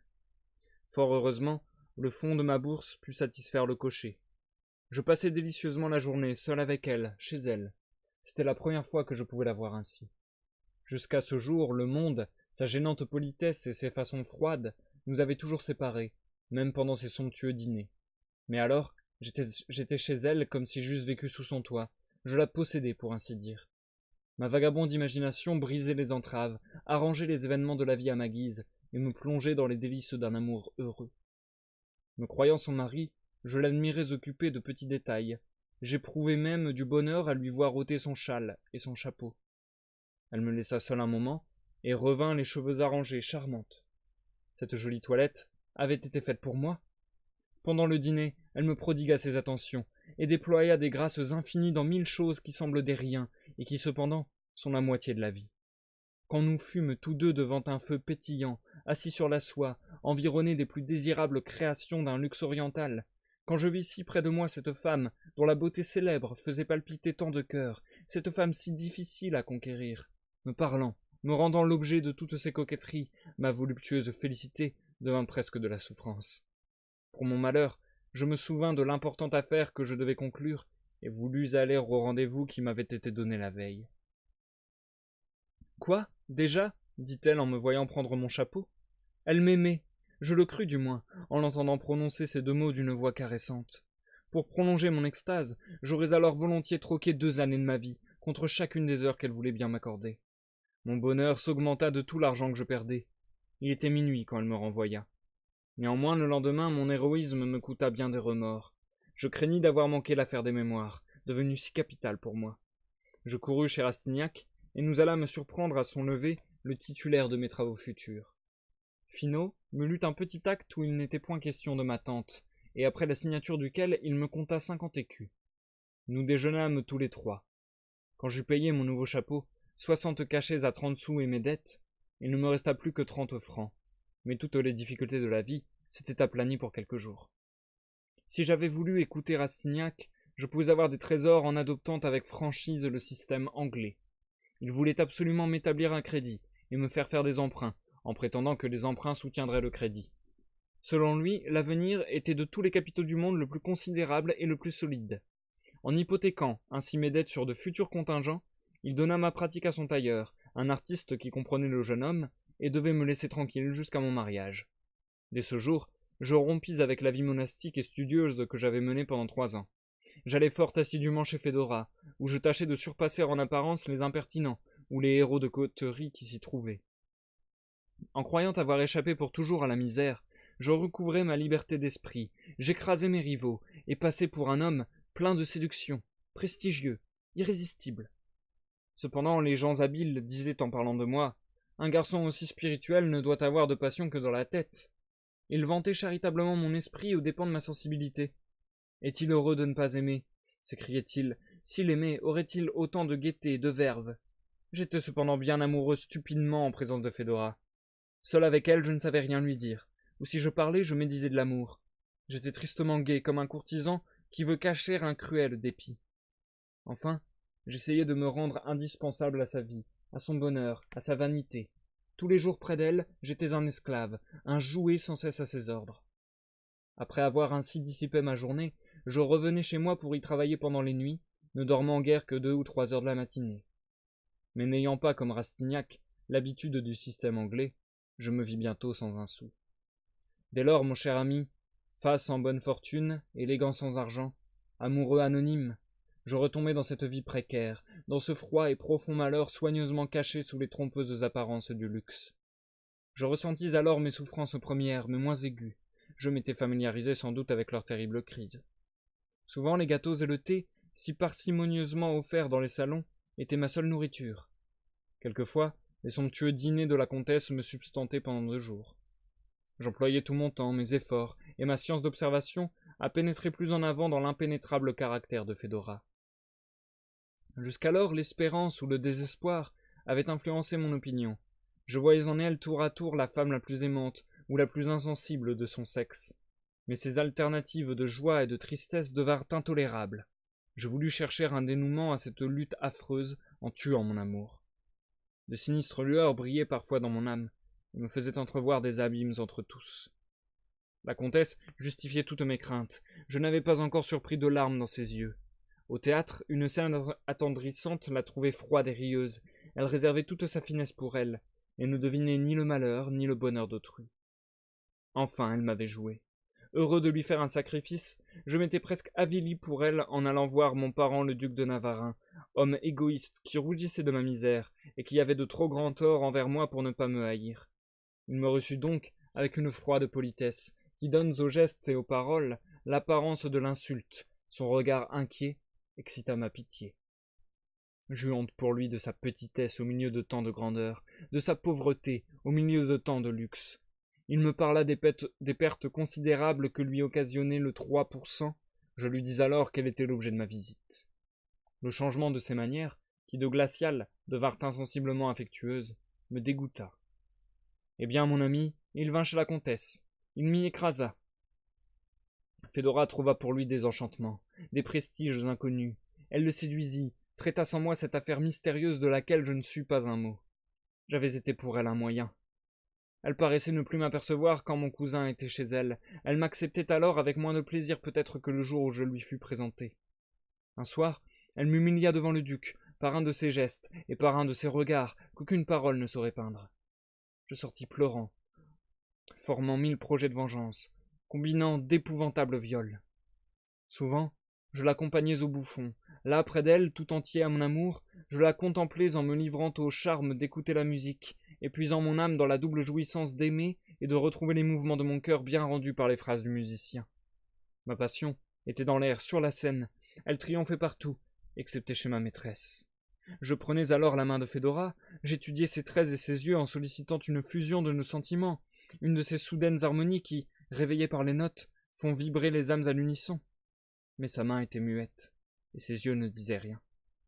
Quand le feu de mon cœur émané de tous mes traits la frappait trop fortement au visage, elle me jetait ce sourire cherché, phrase convenue, qui se reproduisit au salon sur les lèvres de tous les portraits. Elle n'écoutait pas la musique. Les divines pages de Rossini, de Cimarosa, de Zingarelli ne lui rappelaient aucun sentiment, ne lui traduisaient aucune poésie de sa vie. Son âme était aride. Fédora se produisait là comme un spectacle dans le spectacle.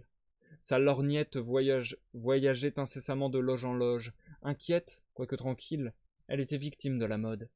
Sa loge, son bonnet, sa voiture, sa personne étaient tout pour elle. Vous rencontrez souvent des gens de colossale apparence, de qui le cœur est tendre et délicat sous un corps de bronze. Mais elle cachait un cœur de bronze sous sa frêle et gracieuse enveloppe. Ma fatale science me déchirait bien des voiles. Si le bon ton consiste à s'oublier pour autrui, à mettre dans sa voix et dans ses gestes une constante douceur, à plaire aux autres en les rendant contents d'eux-mêmes, malgré sa finesse, Fédora n'avait pas effacé tout vestige de sa plébéienne origine. Son oubli d'elle-même était fausseté. Ses manières, au lieu d'être innées, avaient été laborieusement conquises. Enfin sa politesse sentait la servitude. Eh bien, ses paroles emmiellées étaient pour ses favoris l'expression de la bonté. Sa prétentieuse exagération était un noble enthousiasme. Moi seul avais étudié ses grimaces, j'avais dépouillé son être intérieur de la mince écorce qui suffit au monde, et n'étais plus la dupe de ses singeries. Je connaissais à fond son âme de chatte. Quand un niais la contemplait, la vantait, J'avais honte pour elle. Et je l'aimais toujours. J'espérais fondre ses glaces sous les ailes d'un amour de poète. Si je pouvais une fois ouvrir son cœur aux tendresses de la femme, si je l'initiais à la sublimité des dévouements, je la voyais alors parfaite. Elle devenait un ange. Je l'aimais en homme, en amant, en artiste, quand il aurait fallu ne pas l'aimer pour l'obtenir. Un fat bien gourmé, un froid calculateur, en aurait triomphé peut-être. Vaine, artificieuse, elle eût sans doute entendu le langage de la vanité, se serait laissée entortiller dans les pièges d'une intrigue, elle eût été dominée par un homme sec et glacé. Des douleurs acérées entraient jusqu'au vif dans mon âme quand elle me révélait naïvement son égoïsme.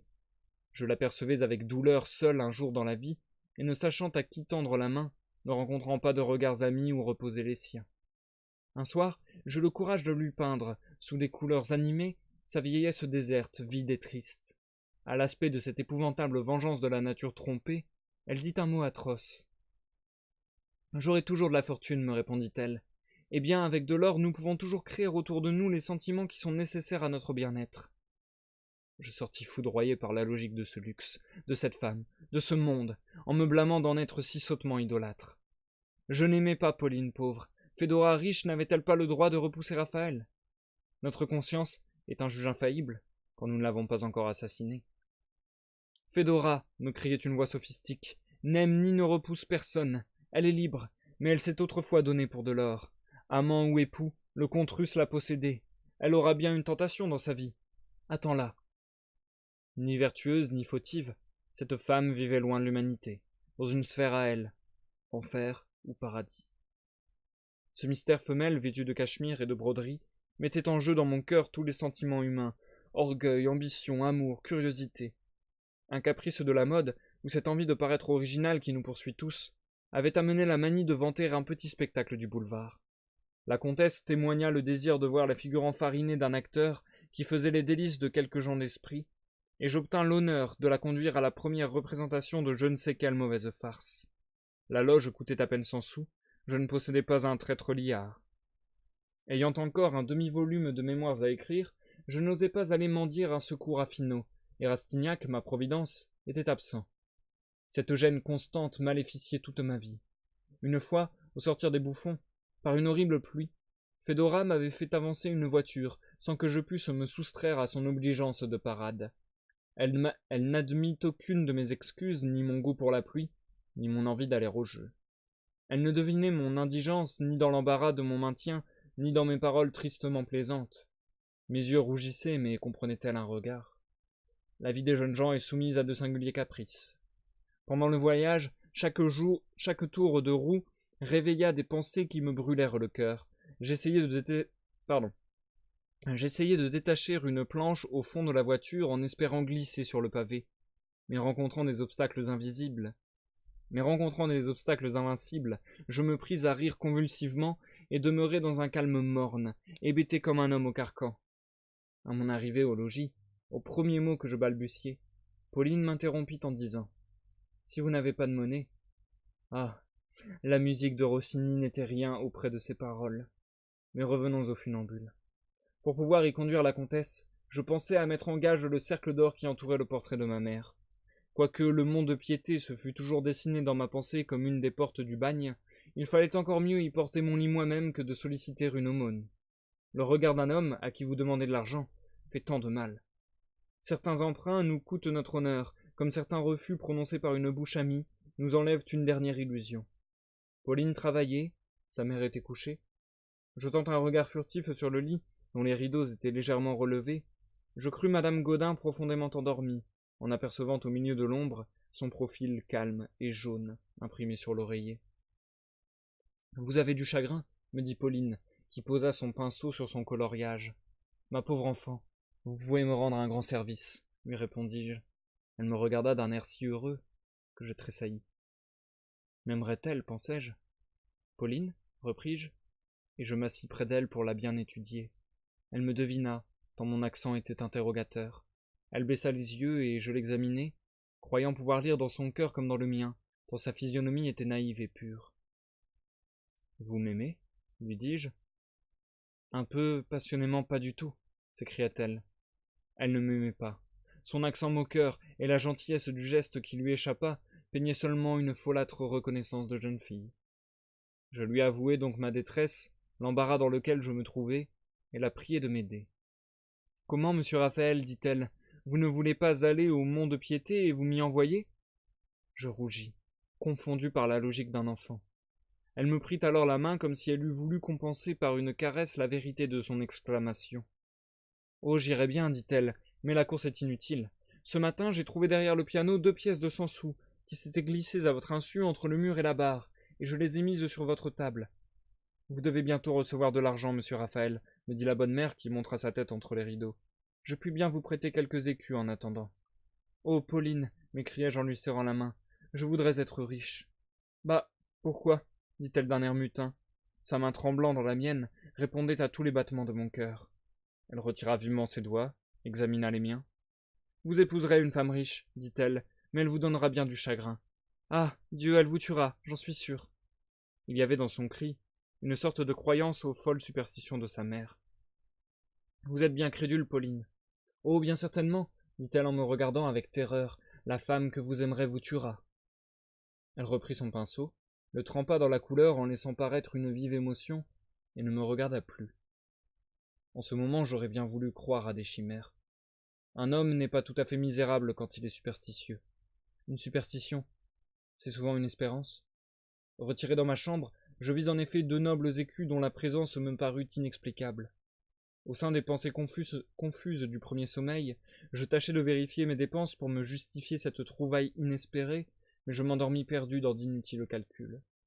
Le lendemain, Pauline vint me voir au moment où je sortais pour aller louer une loge. « Vous n'avez peut-être pas assez de 10 francs, me dit en rougissant cette bonne et aimable fille. Ma mère m'a chargé de vous offrir cet argent. Prenez, prenez. Elle jeta 3 écus sur ma table et voulut se sauver, mais je la retins.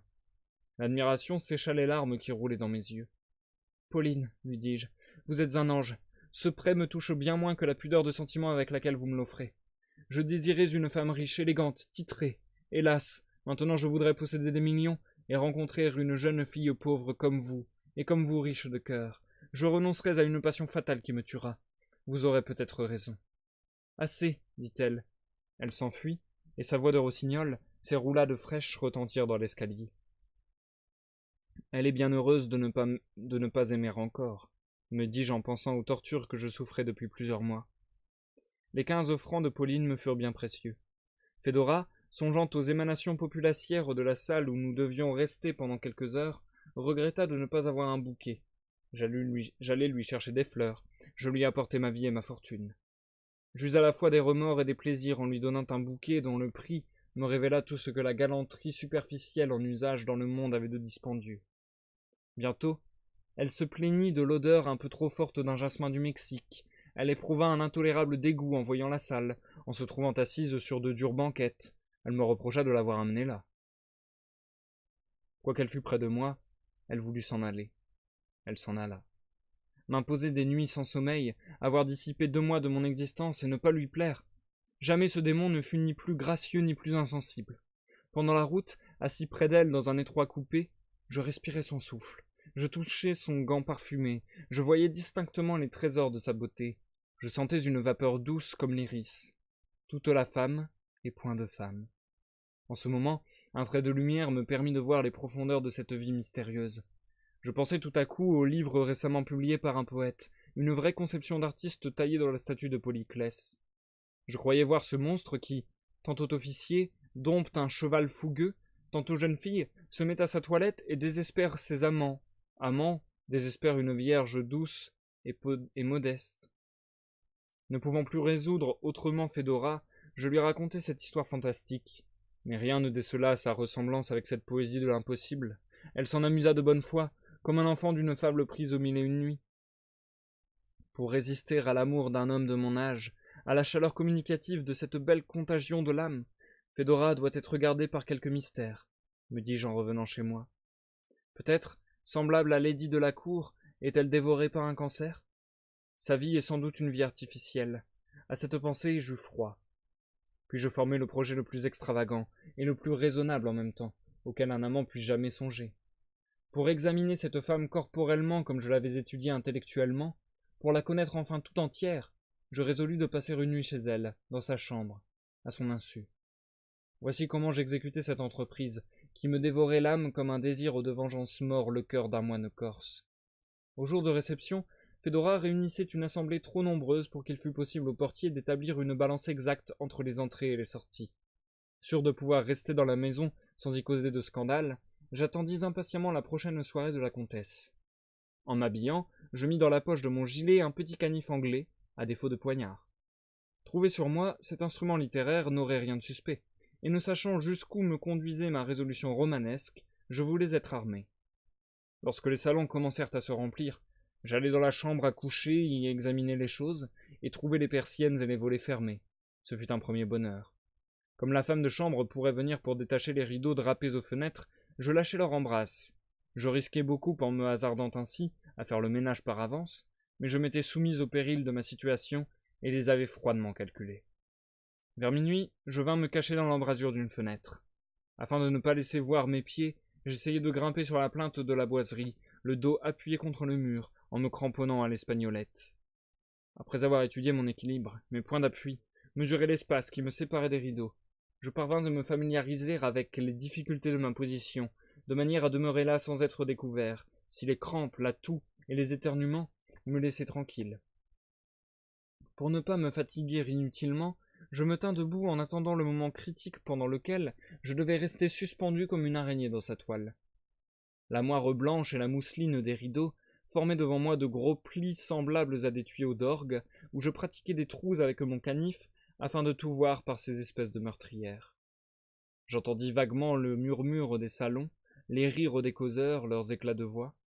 Ce tumulte vaporeux, cette sourde agitation diminua par degrés. Quelques hommes vinrent prendre leurs chapeaux, placés près de moi, sur la commode de la comtesse. Quand ils froissaient les rideaux, je frissonnais en pensant aux distractions, au hasard de ces recherches faites pour des gens pressés de partir, et qui furettent alors partout. J'augurais bien de mon entreprise en n'éprouvant aucun de ces malheurs. Le dernier chapeau fut emporté par un vieil amoureux de Fedora, qui, se croyant seul, regarda le lit et poussa un gros soupir suivi de je ne sais quelle exclamation assez énergique.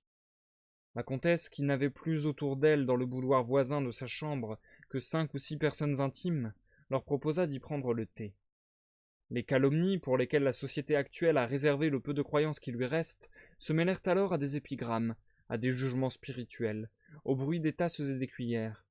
Sans pitié pour mes rivaux, Rastignac excitait un rire fou par de mordantes saillies. Monsieur de Rastignac est un homme avec lequel il ne faut pas se brouiller, dit la comtesse en riant. Je le crois, répondit-il naïvement. J'ai toujours eu raison dans mes haines, et dans mes amitiés, ajouta-t-il. Mes ennemis me servent autant que mes amis peut-être. J'ai fait une étude assez spéciale de l'idiome moderne et des artifices naturels dont on se sert pour tout attaquer ou pour tout défendre. L'éloquence ministérielle est un perfectionnement social. Un de vos amis est-il sans esprit? Vous parlez de sa probité, de sa franchise. L'ouvrage d'un autre est-il lourd? Vous le présentez comme un travail consciencieux. Si le livre est mal écrit, vous en vantez les idées. Tel homme est sans foi, sans constance, vous échappe à tout moment. Bah, il est séduisant, prestigieux, il charme. S'agit-il de vos ennemis? Vous leur jetez à la tête les morts et les vivants. Vous renversez pour eux les termes de votre langage, et vous êtes aussi perspicace à découvrir leurs défauts que vous étiez habile à mettre en relief les vertus de vos amis. Cette application de la lorgnette à la vue morale est le secret de nos conversations et tout l'art du courtisan. N'en pas user, c'est vouloir combattre sans armes des gens bardés de fer comme des chevaliers bannerets. Et j'en use, j'en abuse même quelquefois. Aussi me respecte-t-on, moi et mes amis, car d'ailleurs mon épée vaut ma langue. Un des plus fervents admirateurs de Fedora, jeune homme dont l'impertinence était célèbre, et qui s'en faisait même un moyen de parvenir, releva le gant si dédaigneusement jeté par Rastignac. Il se mit, en parlant de moi, à vanter outre mesure mes talents et ma personne. Rastignac avait oublié ce genre de médisance. Cet éloge sardonique trompa la comtesse qui m'immola sans pitié. Pour amuser ses amis, elle abusa de mes secrets, de mes prétentions et de mes espérances. Il a de l'avenir, dit Rastignac. Peut-être sera-t-il un jour homme à prendre de cruelles revanches. Ses talents égalent au moins son courage. Aussi regardai-je comme bien hardis ceux qui s'attaquent à lui, car il a de la mémoire. Effet des mémoires, dit la comtesse, à qui parut déplaire le profond silence qui régna. Des mémoires de fausse comtesse, madame, répliqua Rastignac. Pour les écrire, il faut avoir une autre sorte de courage. Je lui crois beaucoup de courage, reprit-elle. Il m'est fidèle. Il me prit une vive tentation de me montrer soudain aux rieurs comme l'ombre de Banquo dans Macbeth. Je perdais une maîtresse, mais j'avais un ami. Cependant l'amour me souffla tout à coup un de ces lâches et subtils paradoxes avec lesquels il sait endormir toutes nos douleurs. Si Fédora m'aime, pensai-je, ne doit-elle pas dissimuler son affection sous une plaisanterie malicieuse? Combien de fois le cœur n'a-t-il pas démenti les mensonges de la bouche? Enfin, bientôt mon impertinent rival, resté seul avec la comtesse, voulut partir. « Eh, quoi, déjà » lui dit-elle avec un son de voix plein de câlinerie, et qui me fit palpiter. « Ne me donnerez-vous pas encore un moment? N'avez-vous donc plus rien à me dire, et ne me sacrifierez-vous point quelques-uns de vos plaisirs ?» Il s'en alla. « Ah » s'écria-t-elle en bâillant, « ils sont tous bien ennuyeux. » Et tirant avec force un cordon, le bruit d'une sonnette retentit dans les appartements. Et nous allons nous arrêter là pour la lecture de ce soir, les amis. Nous passons à l'outro du live.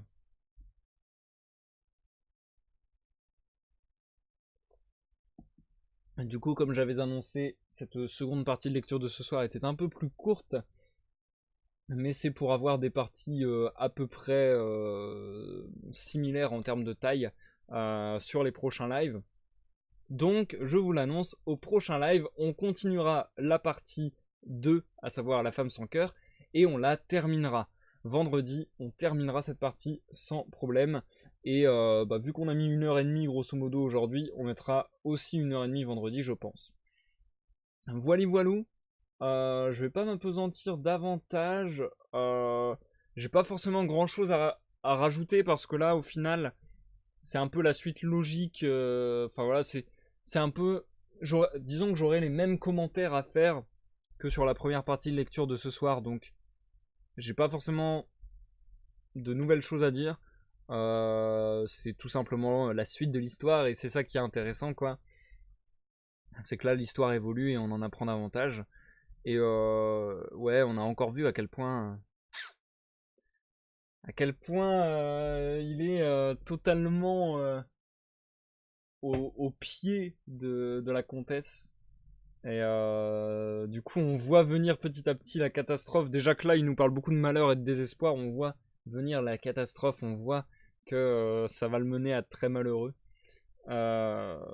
J'ai hâte malgré tout de voir comment tout cela va se goupiller.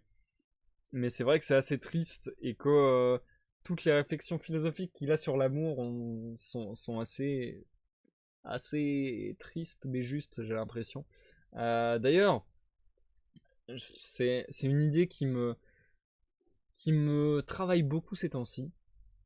C'est pas forcément une idée joyeuse, mais c'est une idée que j'ai vue dans beaucoup de films, dans beaucoup de choses différentes ces derniers temps. C'est notamment dans la chanson Negative Real de Cookies the Clown. Il y a une phrase qui est grosso modo qu'on pourrait traduire par la seule manière que j'ai d'appréhender la vie est d'abandonner l'espoir. Et c'est dans... Bon alors là attention, c'est un tout petit spoil, mais c'est aussi dans Avengers Endgame. Genre le coq à l'âne total. Mais dans Avengers Endgame, il y a aussi un personnage à un moment qui dit, limite en chialant, totalement dévasté, s'il te plaît, ne fais pas ça, ne me donne pas d'espoir. Et je me retrouve vachement dans ces paroles. J'ai vachement l'impression de vivre sans espoir ces derniers temps, et que c'est la seule manière que j'ai de pouvoir avancer. Et je trouve que Raphaël l'explique très très bien dans son monologue. Je dis même plus dialogue, hein, parce que c'est monologue. Je trouve qu'il l'explique très très bien dans son monologue. C'est un peu... En fait, c'est un peu... Ça peut devenir un moteur de ne plus avoir d'espoir, je trouve. C'est-à-dire que ça... C'est un peu de la protection, quoi. C'est un peu bloquer l'espoir pour pouvoir continuer, pour pouvoir ne pas trop souffrir de ce qui nous ferait souffrir si on le vivait pleinement, entre guillemets.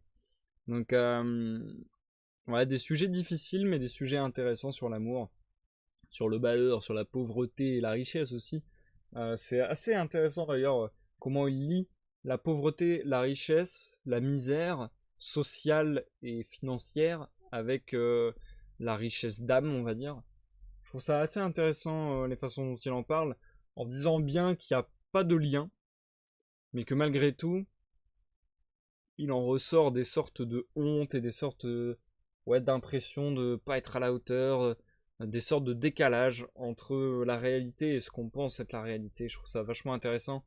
D'ailleurs, en tout cas, d'après les descriptions que nous fait Raphaël, la comtesse a l'air d'être vachement dans le paraître, etc. Alors, après, c'est peut-être juste les paroles d'un mec triste et en colère de s'être fait jeter, entre guillemets, quoi. Mais c'est vrai qu'il a l'air de dire que justement la comtesse est très froide et fait vachement uniquement uniquement attention à ce qui peut paraître superficiel et laisser ce qui peut paraître important de côté. Donc il y a vachement de liens du coup là-dessus et je trouve ça vachement intéressant. Par exemple, la phrase qu'il dit où il dit qu'il est entiché d'une personne riche et que le fait qu'il soit pauvre, ça le mette mal pour cette relation, alors que il pourrait s'enticher de Pauline, qui est une personne très bien et à la fois, c'est pas aussi simple que ça, quoi. C'est, on tombe pas amoureux. En fait, voilà, c'est un peu ça. On tombe pas amoureux des personnes avec qui ça serait facile. C'est, on tombe amoureux, point barre. Donc, c'est assez intéressant, je trouve. Bref, c'en est tout des petites réflexions que je me faisais sur ce texte.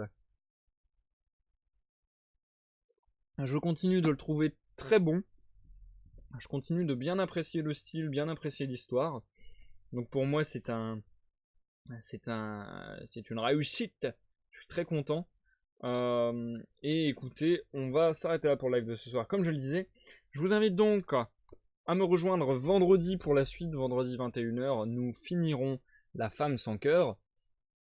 Sinon, dimanche 21h, live de découverte sur League of Legends. Sinon, dans la semaine, il risque d'y avoir des lives d'illustration et ou de gaming et ou pas de live, je sais pas, ça dépend, je l'ai fait spontanément, donc restez connectés sur les réseaux sociaux et sur mon Discord pour être tenu au courant de ces lives spontanés. Et voilà, je vous tiens au courant, je vais en parler sur Discord, je vous tiens au courant bientôt pour un live recherche des prochaines lectures. Et puis voilà, je pense que j'ai tout dit. Je vous souhaite à tous une bonne soirée, une bonne nuit. Merci à tous ceux qui m'auront suivi et à ceux qui sont passés, Princess Crow, Sulomix. Merci à vous qui me regardez en rediffusion sur YouTube. N'hésitez pas à lâcher un petit like, un petit commentaire pour me dire ce que vous avez pensé de la lecture ou du live. Et voilà, on est tout bon. Je vous dis à la prochaine pour une prochaine lecture ou une prochaine découverte. Bye bye!